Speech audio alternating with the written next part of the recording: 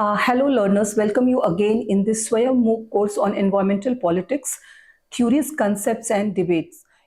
Week 6, in which we are going to discuss the changing dynamics of global politics, global initiatives to address the environmental concerns. So let's begin. So here, before going into the detail of the introduction, the intersection of global politics and environmental issues, quickly I'll give you all brief outline of this coming week, in which we are going to cover in the lecture 1 the intersection of global politics and environmental issues. In the lecture 2 we will be discussing the major environmental challenges and their political impact. In lecture 3, we will be discussing what kind of international agreements are there, which is very important in the environmental governance. In lecture 4, we will be discussing the role of major powers and developing nations in environmental politics. And lastly, in lecture 5, we will be discussing the future prospects and emerging trends in global environmental initiatives. So here we can see that the environmental concerns have become a very important issue in global politics due to increasing recognition of their profound impact on economies, societies and international stability. So here it plays a very important role in the international arena in the context of economies, societies and of course the stability of international system. And here the overwhelming scientific consensus on climate change, which has played a very significant role in this shift. So what kind of shift is there? The shift is from the economic development to the sustainable development. So it was like identified by the world community that how the issue of environmentalism has a transnational character. So that's why there is also need to initiate global efforts to combat this issue. And in this context, reports from the IPCC, that is Intergovernmental Panel on Climate Change, have consistently highlighted the urgent need to limit global warming to 1.5 degrees Celsius above pre-industrial levels to avoid catastrophic consequences. So this scientific evidence has driven international agreements like the Paris Agreement of 2015, where nearly all the countries committed to reducing greenhouse gas emissions and adapting to climate impacts. And this visibility of climate change effects, which was visualized in form of extreme weather conditions, rising sea levels, and further biodiversity loss, which has underscored the urgency of addressing these issues. In this regard, the economic implications of environmental degradation and climate change has also brought these issues to the forefront.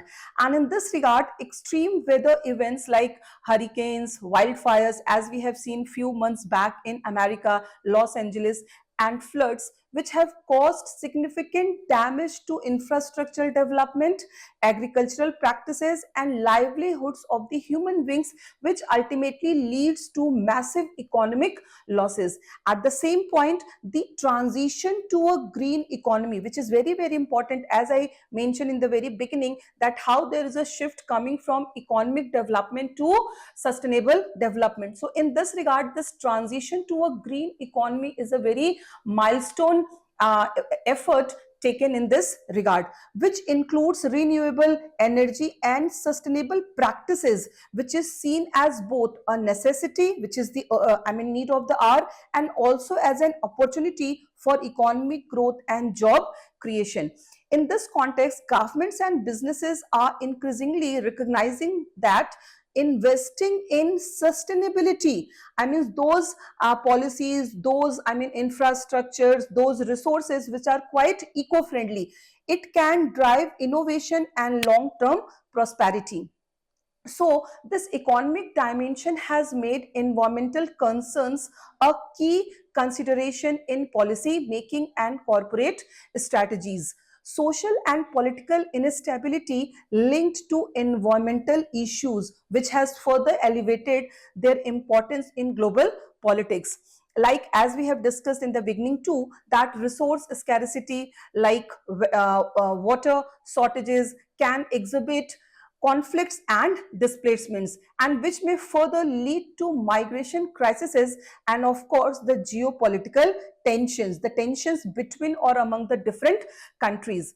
So here climate change is often described as a threat multiplier because it intensifies existing vulnerabilities and inequalities, particularly in the developing countries. But before going into the detail of other things, firstly we will try to understand that what is called threat multiplier. So this threat multiplier in environmental degradation is basically a kind of process which is intensifying existing risk, exacerbating conflicts or vulnerable conditions. In this regard, we can see that climate change and environmental degradation act as a threat multiplier in drought prone regions like Sudan. And here, worsening water scarcity, food insecurity, and competition for resources, thereby fueling social tensions, displacement, violent conflicts over dwindling arable land and water resources. And here we can see that this has made environmental issues a critical component of discussions on global security and humanitarian efforts. So here we can see that environmental degradation, particularly the climate change, which has become a very critical issue in the global security and humanitarian concern by exacerbating resource scarcity, displacement, and further conflict. Rising sea levels, extreme weather conditions, and droughts are threatening the food and water supplies, forcing the mass migrations, as we have further we will see the climate refugees too, and straining the nations. Competition over the dwindling resources, fuels instability, plus especially in vulnerable regions like the Sahel and South Africa, and humanitarian crises such as famine, disease outbreaks, and refugee flows are worsened by environmental stress. As a result, international organizations like United Nations, World Bank, and other governments now integrate climate resilience into security strategies, recognizing that environmental sustainability is vital for peacekeeping, disaster response, and conflict prevention, and failure to act risk cascading global instability. Additionally, public awareness and activism have played a very fundamental role in pushing environmental concerns onto the political agendas, because earlier in the political agenda only the things which are related to hard power like ideology, propaganda, diplomacy, military upliftment, these are the part of political agendas, and such issues like environmental concern were considered as the part of low politics. It was not, it was on the fringe. But here we have seen that due to the public awareness and activism, it become the part of political agenda too. And in this regard, movements like Fridays for Future, which was led by Greta Thunberg, a very young activist from Sweden, and organizations like Extinction Rebellion have also mobilized millions of people worldwide, demanding stronger environmental policies and accountabilities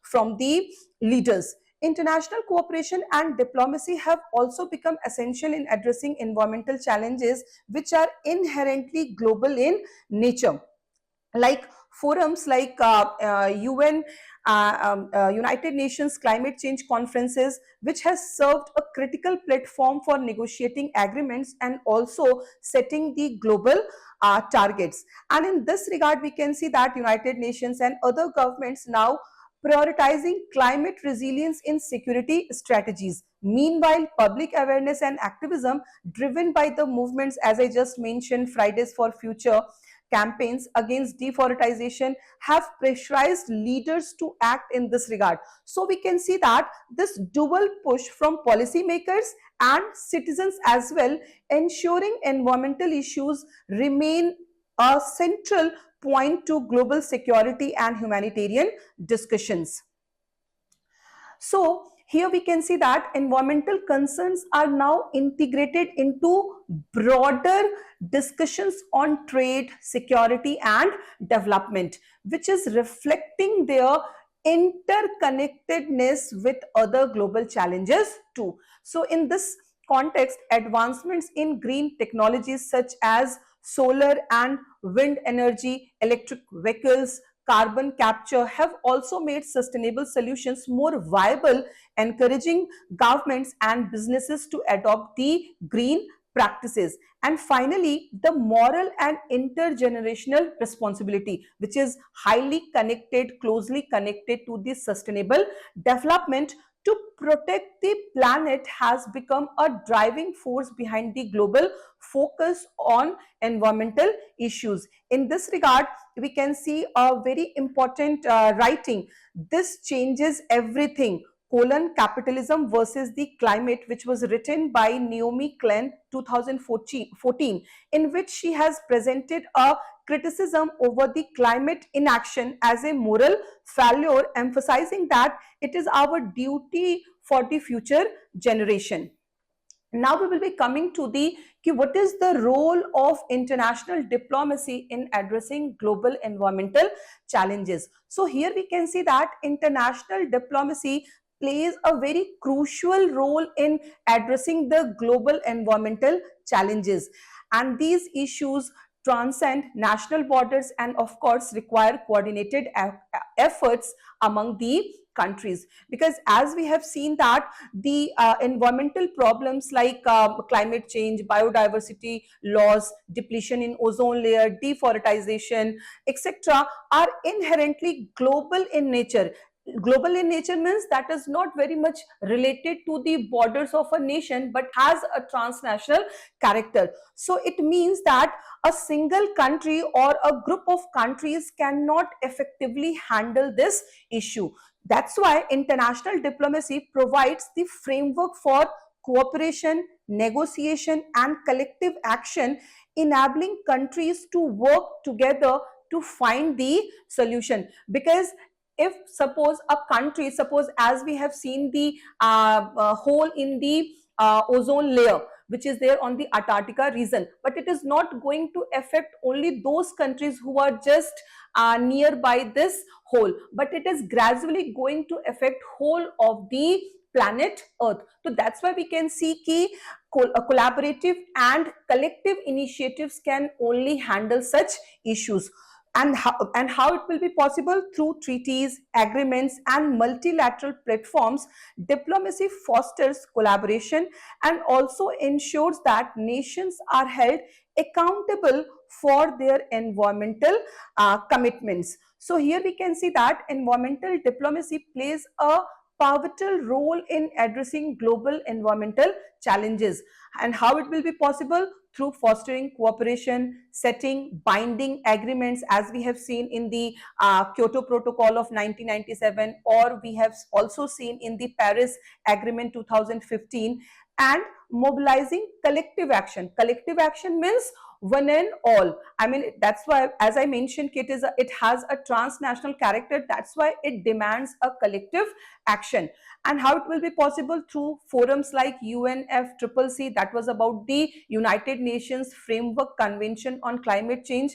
And here nations negotiate climate targets, technology transfer, which is also very much an important issue of environmental concern regarding the environmental protection, because most of the developed countries have developed such technologies which are eco-friendly, and it can be given to them means the developing countries, and that's why both of them, that is the developed and developing countries, can come together to protect the environment. So and funds are also important here, like Green Climate Fund, which further I will mention. And here, bridging the political and economic divides to combat transboundary crises like climate change and biodiversity loss. So one of the most significant contributions of international diplomacy is facilitation of global agreements and treaties, which is very, very important. And in this regard, the landmark agreements like the Paris Agreement of 2015, which was a kind of like binding agreement was there, and in the continuation of Kyoto Protocol, and also the Montreal Protocol of 1987. Both of them have set ambitious targets for reducing the greenhouse gases, plus phasing out ozone depleting substances. Ozone depleting substances means the greenhouse gases, which is the combination of 6 harmful gases which are responsible for the depletion in ozone layer, and ultimately this depletion is causing the scenario of global warming and climate change. So here we can see that together they show global cooperation through two ways. Firstly, by the flexible way, which we have seen in the Paris Agreement, and enforceable approach, which we have seen in the Montreal Protocol. And both can solve environmental crises when backed by science and equity. So here we can see that these agreements provides a structured framework for the countries to collaborate, share their knowledge, and hold each other accountable in the context of environmental degradation, and further how to protect the environment. And they also create a sense of shared responsibility. As we have seen in the previous classes, that was about the common but differentiated responsibilities, which basically falls on both the countries, that is developed countries and developing countries. And as we have seen that how developed countries have already started their development process since 18th century, after the introduction of industrial revolutions, and these developing countries who become the part of this process after their independence, specifically 1945 onwards, after the decline of Pax Britannica. So most of the responsibility of protecting the earth and environment falls on the shoulders of developed country. So that is the main understanding of CBTR, that was about the common but differentiated responsibility. So here, along with that, we can see that this also encourages nation to take collective action to address environmental challenges. And in this context, which is very, very important, that without diplomatic efforts, such global coordination would be nearly impossible.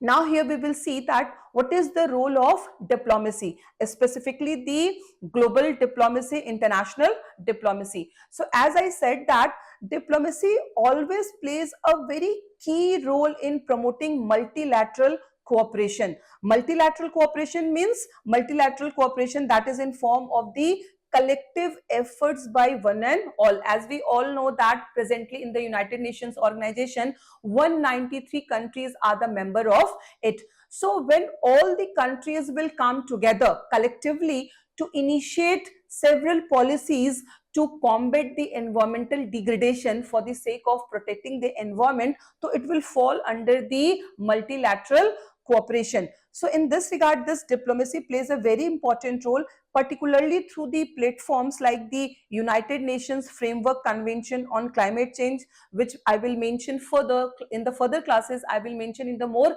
detailed way, and also the conventions on biological diversity in form of CBD. So these forums bring together countries, scientists, because these scientists can provide a scientific data which may unveil this scenario that how the climate change is now reached to an alarming condition. And also the stakeholders, whether it is about the global people and the countries too, to discuss, negotiate, and implement strategies for addressing the environmental issues. By fostering dialogue and collaboration, diplomacy also helps in bridging the gaps between the nations with differing priorities. Differing priorities means in the context of what kind of initiative or efforts they may initiate. Like we can see such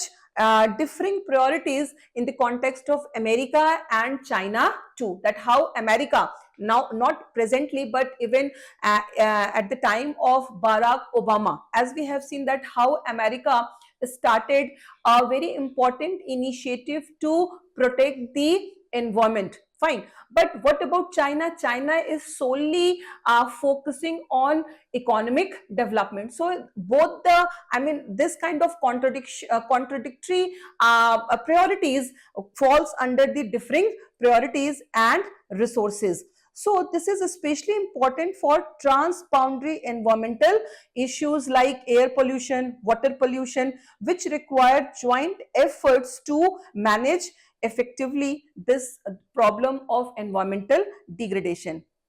Now we will be seeing that what are the another critical aspects of it. So another critical aspect of environmental diplomacy is its role in encouraging technology transfer and financial support, which we have also seen in the Kyoto protocol as well as in the Paris agreement. And here we can see that developing countries often lack the resources and technology needed to address environmental challenges effectively. And here diplomatic efforts facilitate and transfer of green technologies, and also providing financial assistance through mechanisms like the GCF and GEF. So here quickly we will explain, we will see that what is this technology transfer and financial support. So here we can see that technology transfer for environmental protection, which involves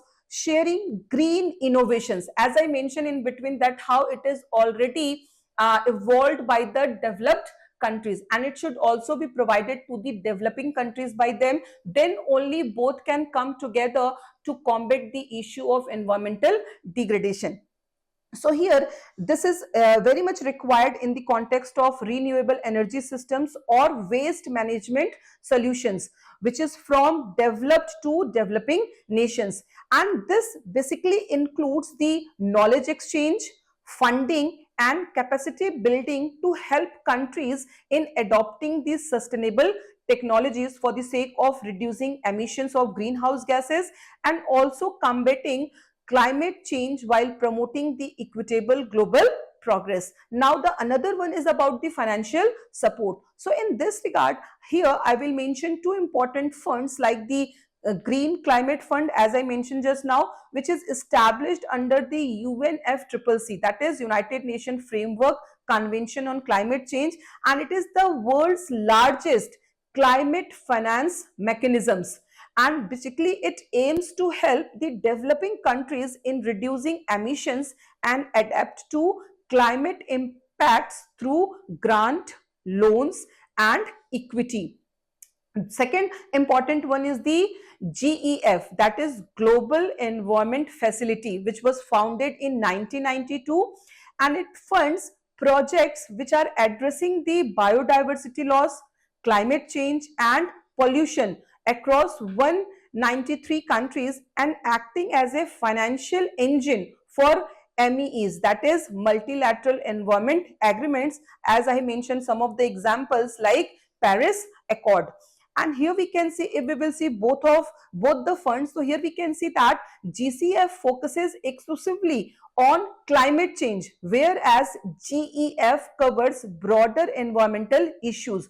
But here we can see that both play a very critical role in mobilizing finance, technology transfer and capacity building for sustainable development globally. So here we can see that these initiatives helps bridging the gap between the rich and developing nations, as we have seen that how it was also identified by the CBDR principle, and just to ensure that all countries can participate in global efforts to combat environmental degradation, because it is very important to initiate such initiative through collective measures. So now we can see that as a whole that environmental diplomacy fosters innovation and knowledge sharing by facilitating the exchange of scientific research, data and innovative solutions among the countries. And collaborative initiatives like the International Renewable Energy Agency, that is here as IRENA, which promotes the adoption of renewable energy technologies worldwide, because it is not like the matter of a particular region or a group of countries. As I told you all, it has, I mean, the environmental degradation, climate change has a transnational character. So that's why it is very important to facilitate all the nations to adopt such renewable energy technologies worldwide, by strengthening global governance, which can play an important role in this regard, and creating institutions to monitoring is very, very important, and enforce international agreements. Here, diplomacy ensures that commitments are translated into action. Translated into action means, like, it should not be like just confined to the different clauses and sub clauses of any treaties or dialogues or accords, but it should also be implemented in practice. So as the impact of climate change and environmental degradation continue to grow, the role of international diplomacy will become even more critical in ensuring a sustainable and equitable future for all. So here, as a conclusion, it can be said that environmental issues have become a central focus in global politics, as climate change, biodiversity loss, and pollution transcend borders, demanding collective action. And here, international diplomacy plays a pivotal role, with agreements like the Peace Accord and Montreal Protocol demonstrating how cooperation can drive meaningful change. However, geopolitical tensions, unequal responsibilities, and funding gaps, especially in the context of developing countries, remain a challenging factor. So moving forward, stronger enforcement mechanisms, equitable technology transfer, and inclusive policy making are essential to ensure environmental sustainability. And this intersection of global politics and environmental issues underscores a shared responsibility, of course, between developed and developing countries. Only through unity, innovation, and political will can we secure a livable planet for the future generations. So here we can see some of the activity questions, like how have environmental concerns evolved into a central issue in global politics, in which you people can mention that how gradually the world community identified the transnational character of it, and it is how that environmental issues are going to affect whole of the globe.